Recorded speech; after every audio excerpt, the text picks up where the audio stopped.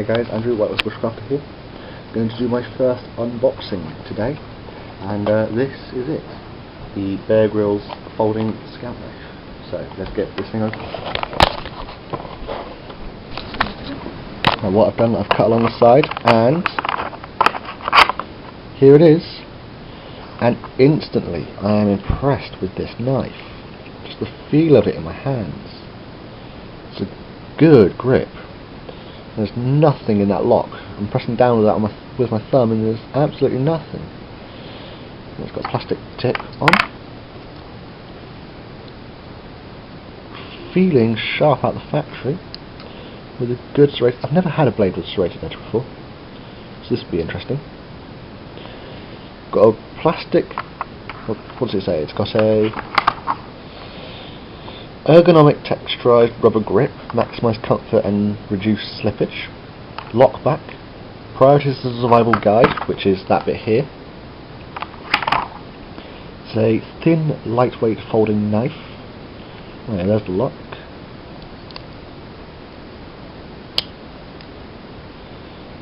With dual thumb studs there and there, as you can see. Clip for convenient pocket carry. That's useful. I like that. Half serrated carbon steel drop point blade, ideal for edge retention and cutting the rope. I have to say, guys, I am liking this knife a lot. Very lightweight in my hands. Where's the balance point? Always good to find a balance point in a knife when you can potentially throw it. Right, it's just about there. So, just by that screw. Very good. Right, well, I'm going to now hopefully do a field,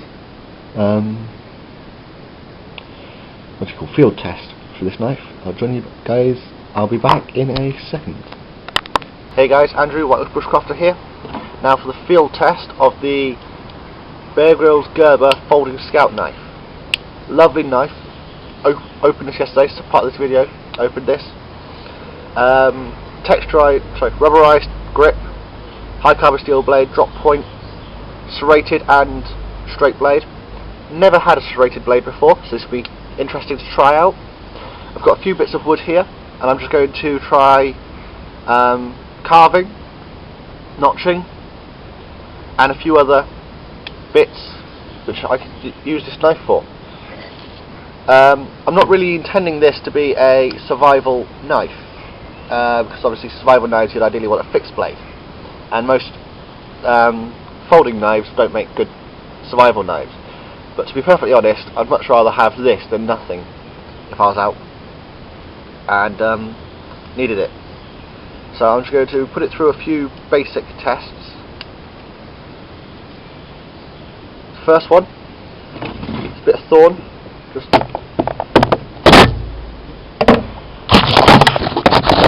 sorry about that, insecure camera. Right. Just go to using the serrated blade, which is the bit closest to the handle. I'm still taking wood off easily. It's very good, that is. Then to use the straight blade bit, I need to get a bit closer, use my thumb above the straight blade bit. It's harder to use. Cuts very smoothly. Quite hard to use the straight blade bit for carving because it is halfway up the blade. But really for skinning bark off trees and stuff like that, no problem using the serrated blade. I'll give feather sticking a go. I'm not very good at feather sticking as it is. Give feather sticking a go. I'm not very good at it, but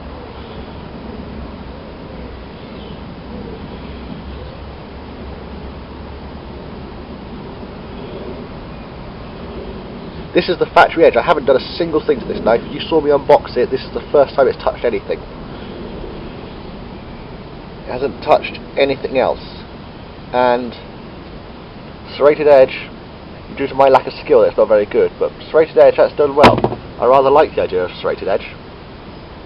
I heard one person describe the serrated edge as an excuse to keep your knife blunt or not to sharpen your knife. But This serrated blade, as you can see, it's only beveled on one side, flat on the other. So really, to sharpen it, it's not that hard. You just put the stone against this side and sharpen it up to take a little bit of metal off the edge.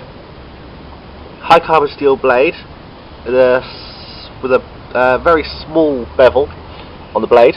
As it's very short. You look at the shiny silver bit, and you've got the darker bit, which is, I'm assuming, plastic oxide covered, or oxide covered. Got Bear Grylls signature there, and word Gerber here. What else can I do with this knife? I'm just really impressed personally to begin with the carving ability of that serrated edge. Let's see if it will actually go through wood. Now, normally, you don't tend to chop with folders, damage the hinges, and I need a heavier bit of wood than that.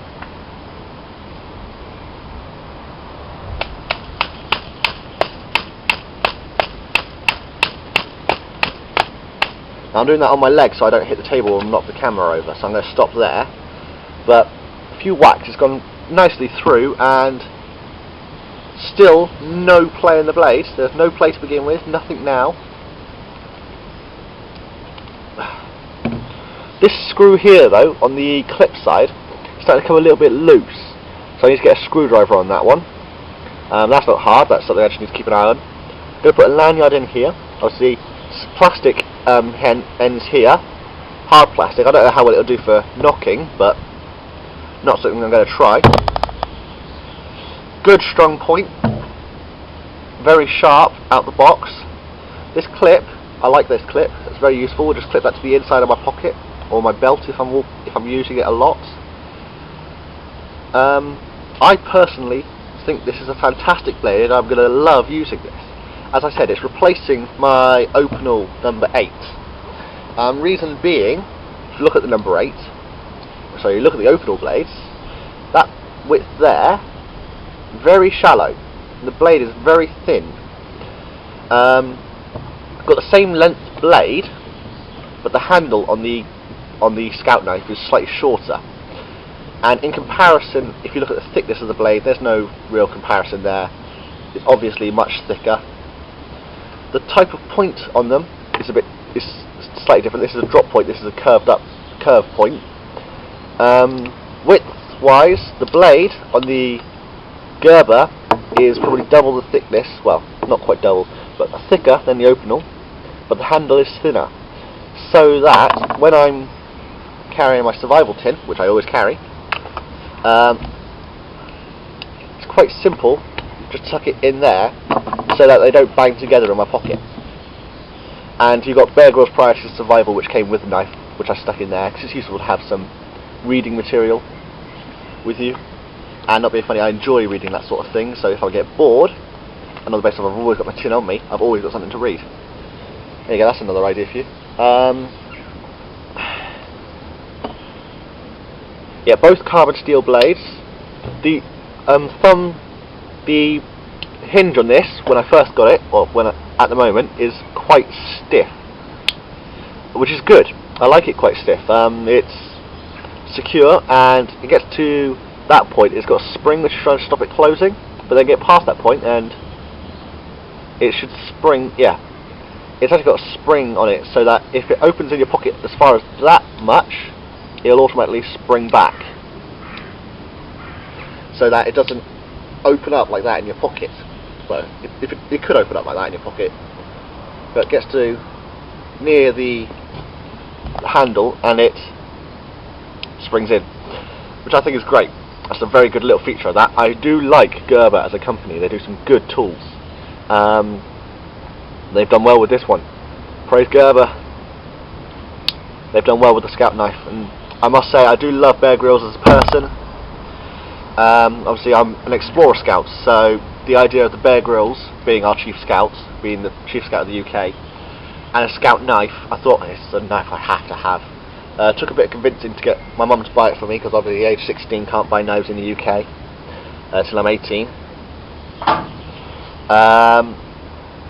But yes, if any of you have any questions, queries, opinions or anything on this knife, do tell me, do let me know. And if I find any problems with this knife, I hope I don't, because I really like it as it is. If I find any problems, I will make another video instantly, to tell you guys about them. This is Andrew the White Wolf Bushcrafter, doing a unboxing and review of the Bear Grylls folding scout knife.